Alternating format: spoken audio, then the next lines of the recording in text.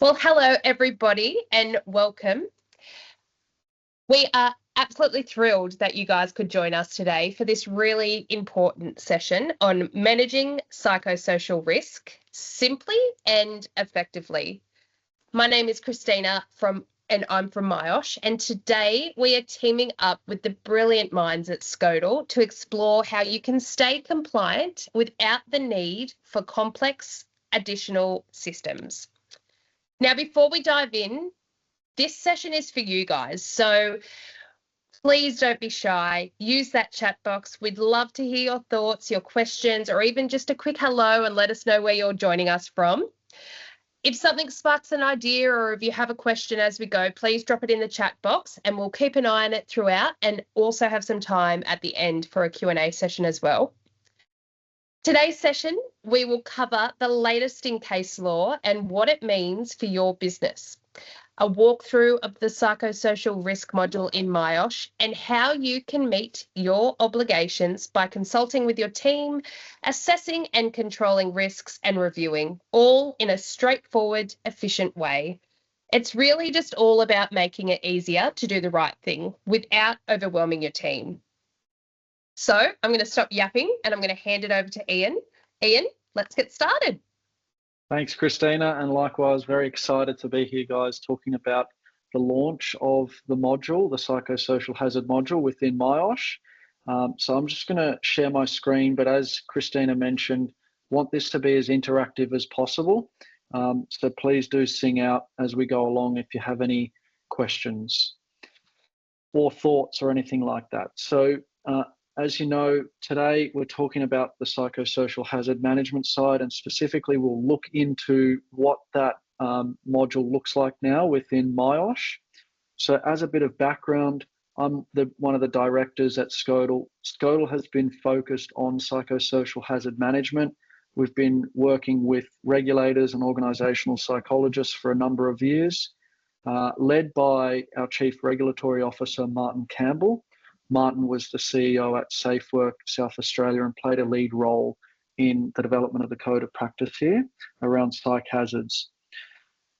So just as a very brief background into psych hazards, which I won't labour too much, but I think we're all very aware now that there's legislation out that requires us to manage psychosocial hazards the same way we manage any other risk, which is to eliminate in the first place.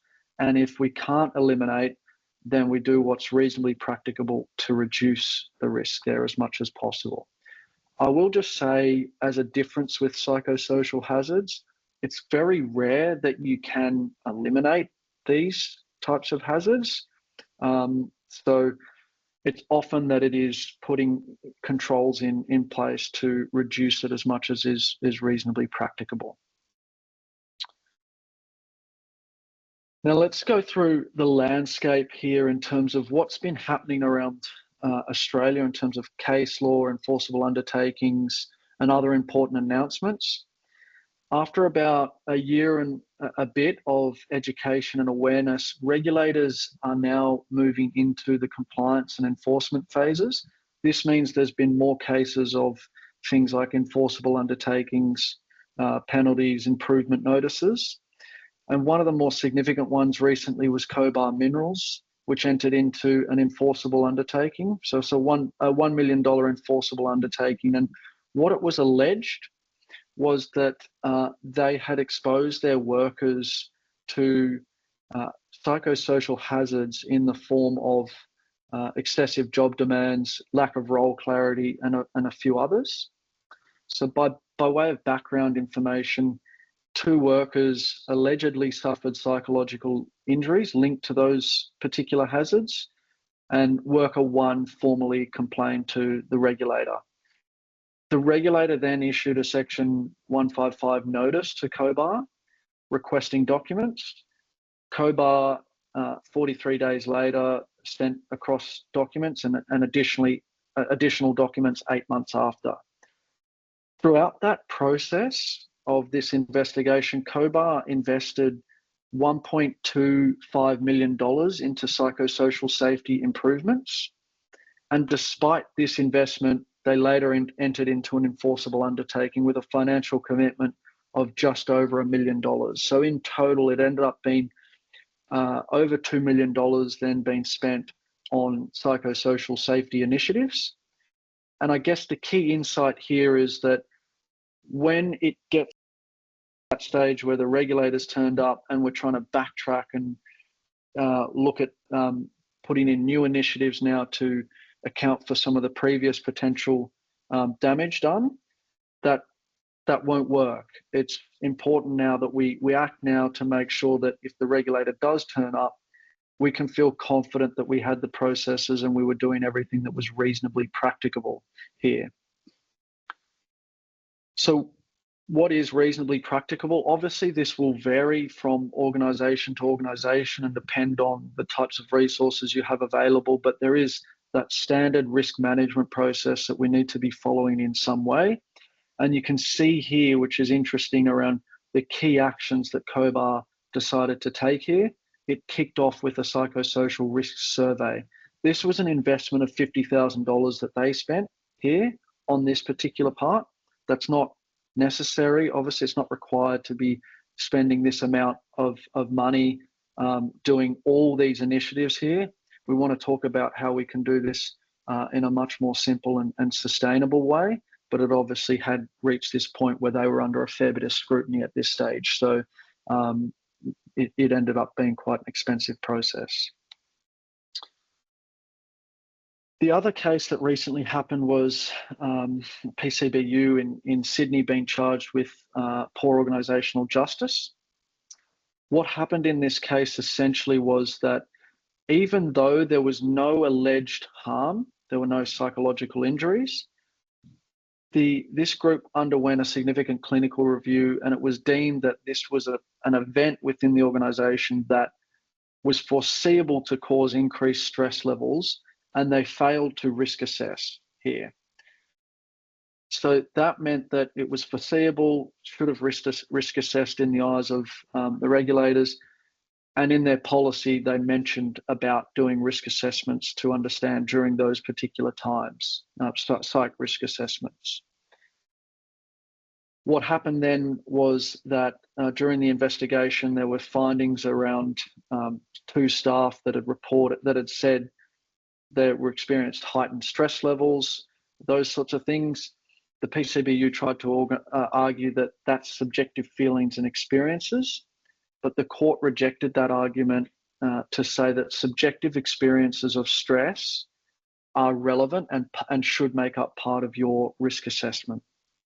So I think that's a really important finding here now, where we're seeing more and more of this, where even in this case where there was no alleged harm, it was still about, do you have the processes in place that are doing what's reasonable to reduce the chances of harm, rather than it being the outcome that there was harm and therefore you can be prosecuted.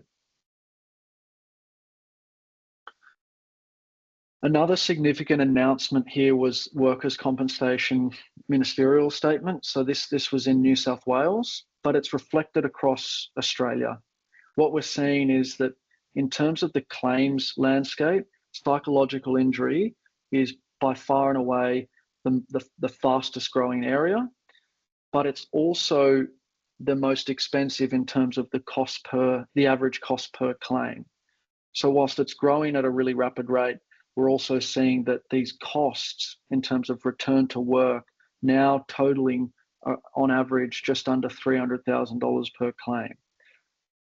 The system, like we saw in, say, Victoria, there's risk of it going bankrupt, essentially the scheme, because we can't keep paying out workers' compensation. So there's work now to be done, which the ministers have spoken about, sharpening the definition of things, which will hopefully reduce the number of successful claims as well, but also then involving industrial relations to actually start working with businesses to ensure that they are doing what's reasonably practicable. So again, this will ramp up the spotlight on this area here from different governing bodies.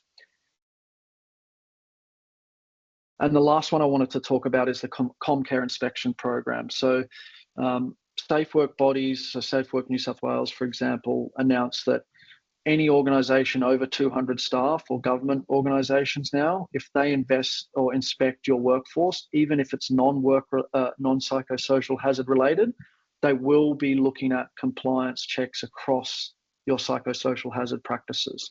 Similar in Safe Work Queensland now, where if you're inspected for anything non-psych related, there will also be, it's likely there'll be psych hazard checks on your compliance, and that can lead to obviously non-conformance notices or penalties. Comcare inspection program, it talks about what you can expect as an employer. So they're going to review your systems or review your workplace, and what they're looking for on the whole is to be able to see that you have a system in place here where you're consulting and doing what is reasonable across those four key components of identifying risks, assessing level, controlling, and reviewing. They can also interview and will interview workers as well to see that is what you're saying you're doing in your policies and procedures being reflected in the eyes of the workers. So it's really important that what you put in your workplace on your policies here is reasonable and sustainable and something that you can actually deliver, because obviously it can then turn into something that is used against you. On the whole though, what we really recommend having prepared here is your risk assessment, so you can evidence those, how you identify, assess, control and review. Training records if you've done psych hazard training. An incident reporting mechanism, so how would a staff member flag that? That's becoming more and more important. And then, of course, your health and safety policy. Looking at that code of practice, let's start with, let's look at the consultation piece here, because I think consultation is an area that many organisations feel a bit confused about. What's the best approach here? And I really want to get you guys engaged in this as well and thinking about this consultation piece here. So the code of practice does flag things like you need to consider your workplace, what's better for some workers. So for example, does your workforce have regular access to computers? How does that change the way that you might approach consultation? Given the nature of some of the things that might be popping up here, you should consider processes that address that, such as an anonymous survey. And within these consultation mechanisms or approaches, you must be getting this sort of data here to understand, to be able to appropriately assess the level of risk. So there's organisations such as COBAR, Fortescue that entered into enforceable undertakings have culture and engagement surveys. But if we don't have that targeted data here that allows us to appropriately risk assess, then it's not going to discharge us of those duties where we have evidence that we have consulted on these sorts of things here. So I think that's really important. And whilst there is a requirement to consult, there's not a requirement or requirements about necessarily how to consult your workforce here. So we need to, this is where it can get a little bit tricky, understanding what are the reasonable approaches to consultation, what is something that's going to work for our workforce. And I wanted to ask everyone the question here around what the ideal approach to consultation might look like for you within your organisation. I'd love to hear the comments, and Christina, maybe you can pop that question up there. But some things to consider with this question are the makeup of your workforce. So do they have access to computers, levels of education, language barriers, personas? So, in blue collar workforce, might be that it's a dispersed workforce, limited access, maybe English as a second language, those sorts of things. They might play a role into how long should your consultation approach be? What questions should we ask? How should we frame those questions? What questions shouldn't we ask? Are there any questions that we want to avoid asking here? And this is something that a lot of organisations have spoken about, is that are we, by asking these questions and bringing it up, leading people to consider problems or come up with problems that didn't otherwise exist? Is it causing more problems than it actually is solving? And that's very important. I think it's a fair point. Jane has mentioned in the comments, consultation needs to go beyond the risk assessment. It needs to include the development of control measures. Yeah. And those control measures being supported by staff voice, because that you've got to consult with the workforce on that. So I think that's a really important point about that approach to consultation should factor in that control piece there, so that if we do a survey, for example, we aren't left then with a bunch of risks where we then think that quantitatively this is coming out as a risk, but what could we do about that reasonably then? So I think that's a really important point.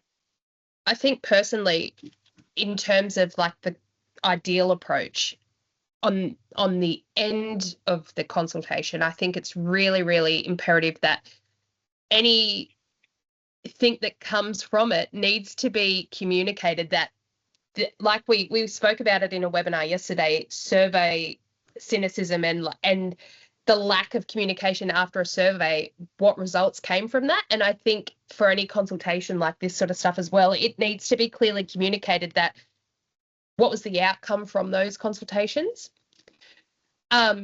Paul has also mentioned cross-section of the workforce representative of the company size, work scope, job types, and where possible include external stakeholders, i.e.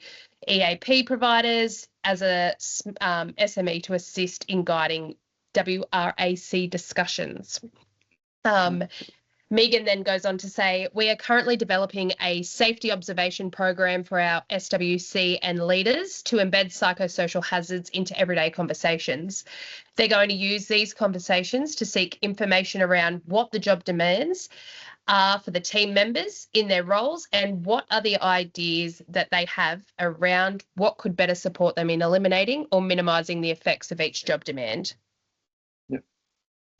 Those are brilliant, I think. Some really good ideas there. Thanks, everyone. Now, I'll go on to a couple of different examples before, or one specific example before we look at the myosh module and how we're supporting on the consultation piece here across identifying, assessing, controlling and reviewing. So this is the People at Work survey. I'd be interested as well in your opinions as we go along here. You can see that I think the framing of questions is really important here. Things like, do you get emotionally involved in your work? Never, rarely, up to always. Sometimes I feel that questions being asked, in this case, work probably should be emotionally demanding. You should ideally be emotionally involved in your work.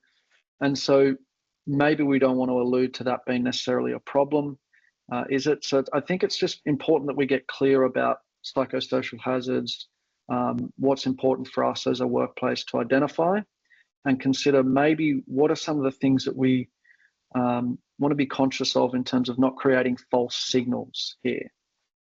And it's our opinion that at times, and what we've heard from other safety leaders as well and HR leaders, is that if we get the framing of the question wrong or we're not careful with it, it can lead to false signals or create problems that didn't previously exist by just putting these ideas in people's heads. So I wanted to talk about how we support or approach our consultation approach against, say, other current approaches in the market. There's pros and cons to each. These are just, our beliefs here. So this is another question here around relationships or workplace conflict. Are there differences of opinion between you and your members of your work group? I think sometimes that can be very healthy to have differences of opinions as well. So we just want to understand that each of the items within, we get really useful information here. If it came out that there is always differences of opinions, is that healthy? Is that actually impacting someone as well, or is it do they enjoy that? And then going into some of these other hazards around violence, aggression, and bullying as well. There's the negative framing of questions. I'm interested in sort of bringing up potentially some of the trauma side of things here, and in the way that we ask these questions. So have you been exposed to verbal abuse, humiliation, subject to gossip, etc.? And all the way down to then biting, spitting, feet stamping, these sorts of things that have been asked. I am of the belief that we need to be a bit mindful and careful of how we approach this here, so that we're not uncovering or potentially digging up trauma here as well in the actual process itself.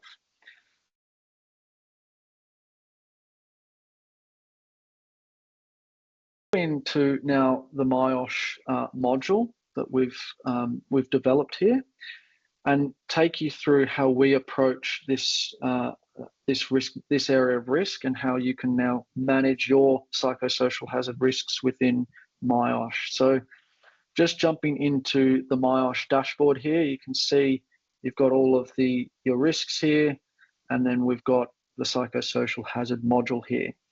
This is the primary visual that supports a lot of the WHS reporting, executive meetings here, to understand what your psychosocial risk profile looks like. So we work across all 17 hazards in Comcare, and you can also adjust that if need be. So there's room for flexibility, but we think it's always safe to look at those Comcare hazards as a standard. Because originally there was only 14, wasn't there? Yeah, there was, and some may not be applicable to the workplace, and so that's something to consider. But there were 3 added, which was fatigue, job security, and intrusive surveillance. So intrusive surveillance might be intrusive performance monitoring measures, for example. We've seen some cases of that with, and that's. But some of those things may not be applicable. Those hazards may not be applicable to your workplace, but we can cover off all of those. I was going to say it's better to cover all of them rather than not enough and not be compliant. Yeah. What this spider graph looks at here takes into account those data points that Safe Work has asked for in the Code of Practice around understanding how prevalent something is and what sort of impact it's having on someone. And this calculates the risk here to give you those scores in that spider graph so that you can see where your risks might lie. That'll give you the first point to understand where you might like to look to support or dig further into. And over time, you'll also be able to review this. So when you rerun the consultation, let's say we saw that initially we had conflict popping up and organisational justice popping up as higher, that might score then as higher risk here. But then it came time to rerun that consultation after we'd introduced some controls. Did that come down then? So it's an easy way to review whether something is having the desired effect here in terms of our controls. And I wanted to talk as well about then that point around involving workers in that controls piece, because I think it was Jane that may have made that point. That's really important and something that we want to make sure that we put into our approach to the survey here, because what happens is if you start to see that maybe communication or unclear information is starting to cause support issues, there might be suggestions here around, monthly bulletin, doing these sorts of things here from the staff where they can input into what would be reasonable controls to introduce. And we typically take that then as a thematic style approach to go, okay, these were the main themes in the open-ended feedback around what was being suggested to be improved. So those are two key parts here: understanding what your risk profile looks like. This sits within myosh and alongside all other risks. So no, you don't need to learn a new system or anything here. And you can send that check out to all your workforce by clicking Start New Check here, and then triggering it either to the whole team or specific teams if that's relevant. You can also, I think there was another point made about different teams. You can also get this data broken down by teams as well, or departments, so that maybe you see a particular risk existing, but maybe it's only felt in one site, one department, wherever it might be, in which case you can save a lot of resources by being able to isolate where that might be happening and then support there. How we get to that is through this short check. So when you click Start New Check and then send out when it's going out and those sorts of things, your workers can receive a link via email, Teams, whatever the preferred communication approach is, and then they're taken into this here.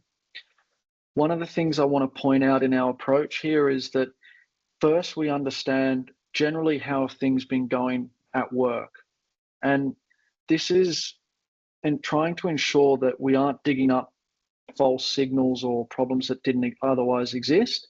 So if things are going well, the staff are still able to then input into any observations that they've made in the workplace where things could be improved, and that comes through. But if things are not great or not good at all, these are given weightings here so that we can understand that, okay, not good at all might start to indicate there's something going on here. We want to understand duration of this. So if it's been going on for a long time, that's obviously increasing the level of risk here. And based on those severity measures, then understanding what sort of impact this has on your ability to be able to function effectively at work, we can then understand that, okay, if it's been going on for a long time and I haven't been able to function effectively at work at all because of it, it's indicating that it's higher risk here. Then we look at those risks here, which these can be customized and they can be tailored as well to industry specific, where there's more context, I guess, where in blue collar workforce, for example, there might be different set of risks here to a standard office environment, for example. But team members can then select multiple things here, so we can start to see correlation in things here.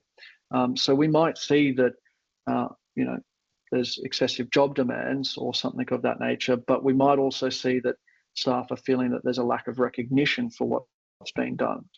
And so maybe we can't do anything about the job demands, but if we see that there's a lot of lack of recognition, then maybe that's something that we can do something about. So we can see that correlation once staff have completed this. The final part is this part to then input onto the controls, into the controls piece. And I think this is really important because it's a lot harder for staff if they know that, okay, you can't just drop a grenade at your own feet. You actually have to go, okay, well, I've flagged that there might be some challenges. What are some practical and feasible solutions I could put forward here? Because at the back end of that, when it comes time for our as HR and safety leaders to look at what are the next steps, this becomes really, really important, that feedback from staff then to be able to start to think about what would be reasonable controls. So going back to, I'd be interested in understanding any thoughts and opinions on that process first. So feel free to leave any comments there, understanding, what that consultation piece looks like there in terms of the survey, and then also the way that the data is being visualized within myosh. I'd be interested to hear your thoughts and opinions on it.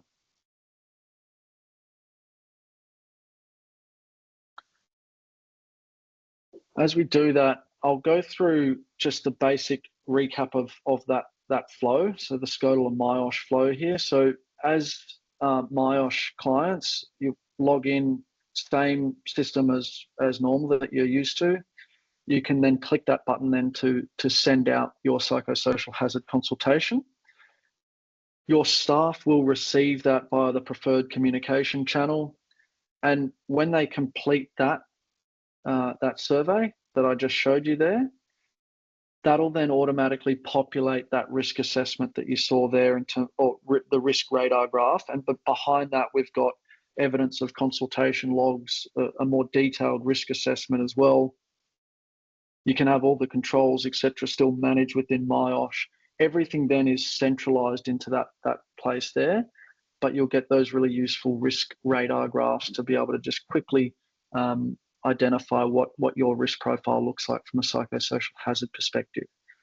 So that will notify you as myosh admins, and then you can do a further dive into the data there, whether that's looking at things group by group, the open-ended feedback, and getting that thematic understanding of the input into the controls piece.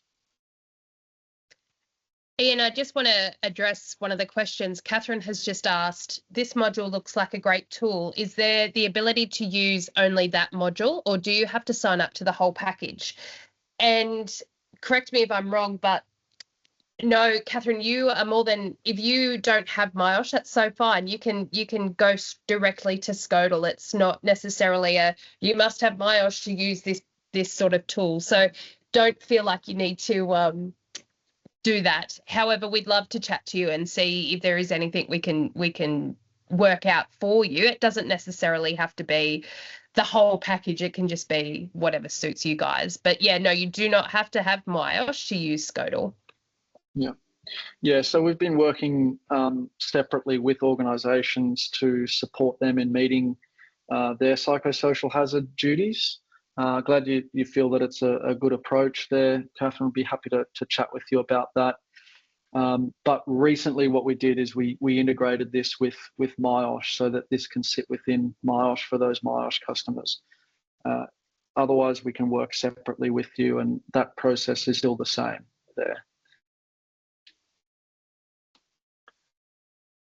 And looking at then the breakdown, I think these are some of the key areas that we wanted to address. So, Martin was, when he was at SafeWork, the SafeWork bodies had a while ago now, put into the People at Work survey. So it's probably one of the more,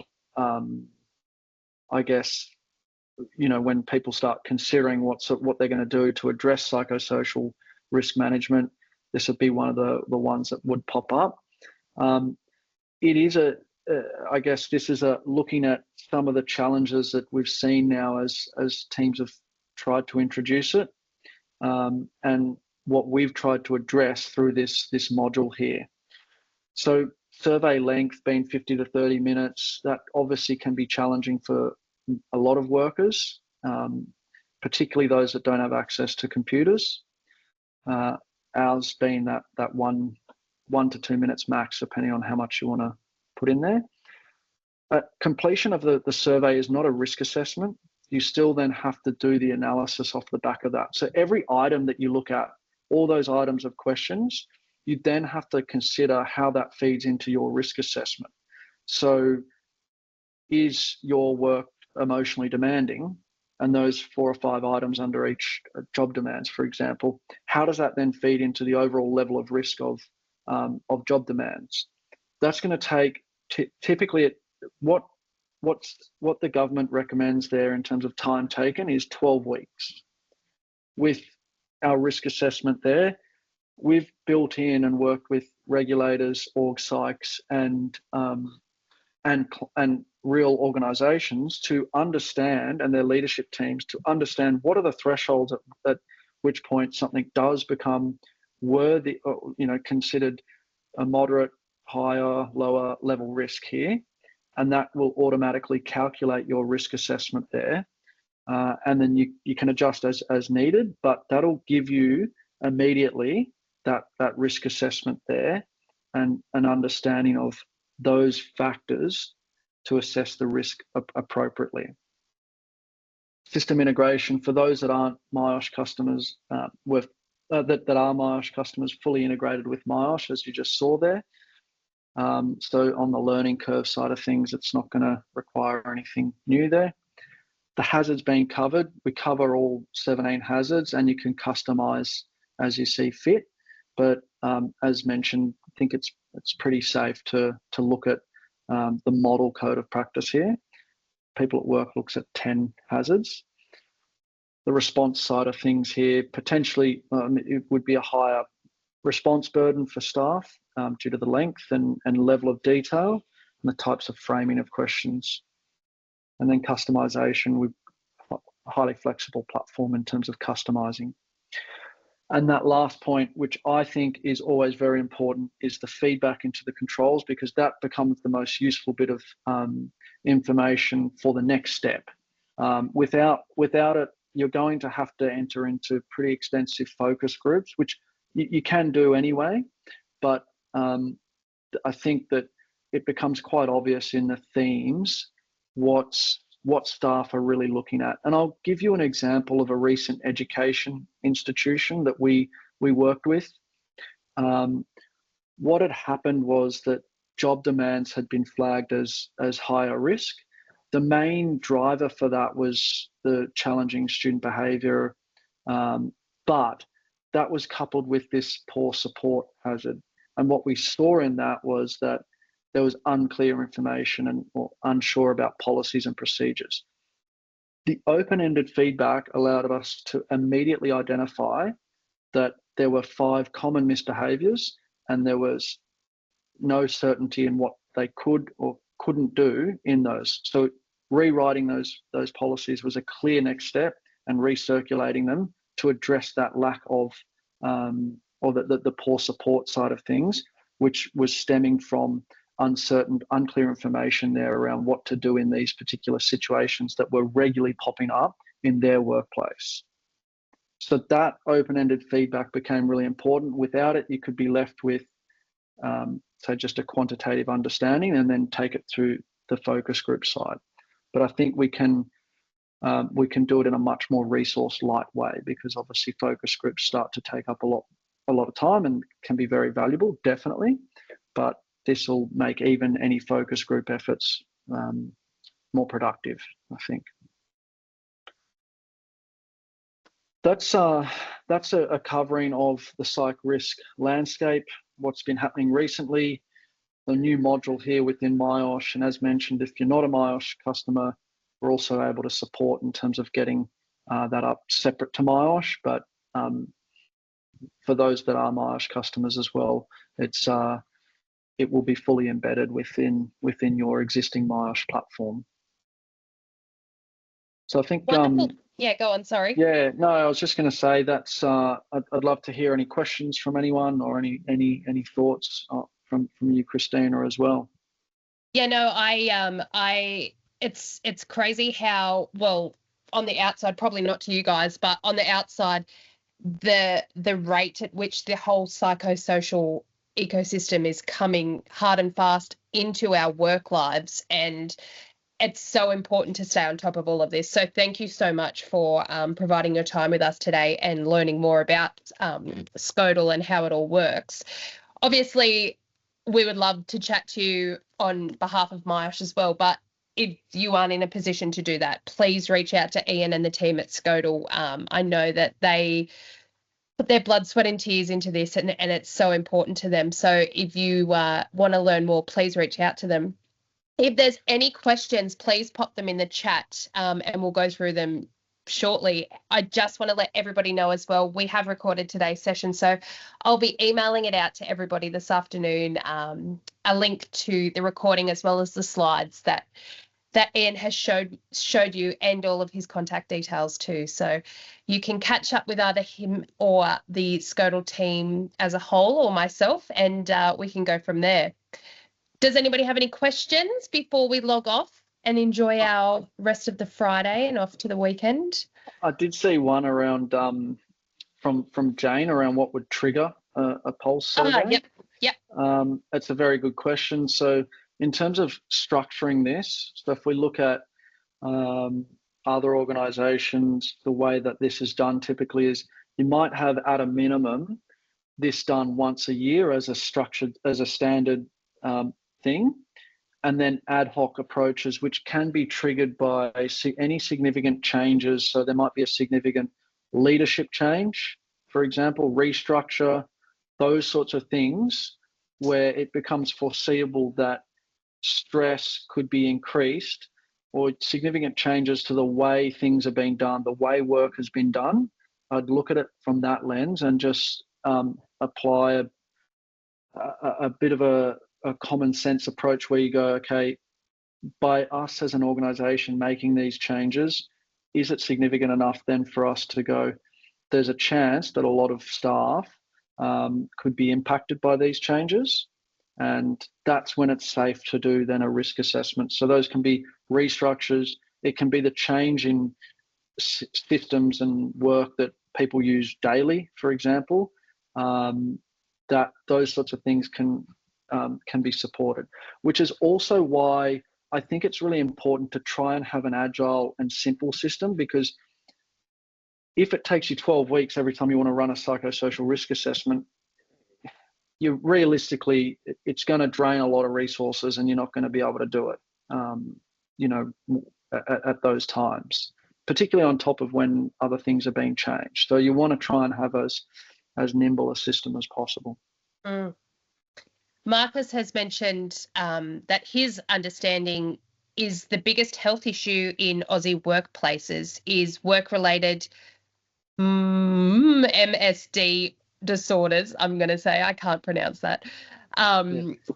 We know that just looking at physical hazards without addressing psychosocial hazards falls short of the mark in the quest for reducing incidence impact WMSDs. Do you have configurable hazardous manual task questions you add to the program or questionnaire?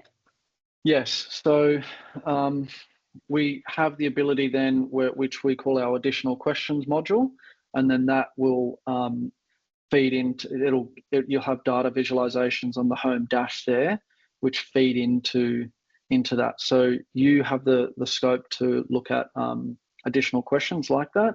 The way that's been used is sometimes in those cases there around those other hazardous areas, even in the culture engagement side, sometimes coupling this as the one survey, if there's HR leaders here looking at it from a culture engagement, getting the risk assessment done with those questions there, and then adding some engagement questions there as well. So that's allowed for in the system there. Wonderful. Well, I think that's it for today. Again, thank you so much, everybody, for joining us. I will email everybody a link to the recording, as I mentioned earlier. And if you have any questions, please reach out to Ian at the Skodel team or us here at myosh. We're always around and happy to help. Thanks so much. Thanks, everyone. Take care. Okay. Bye.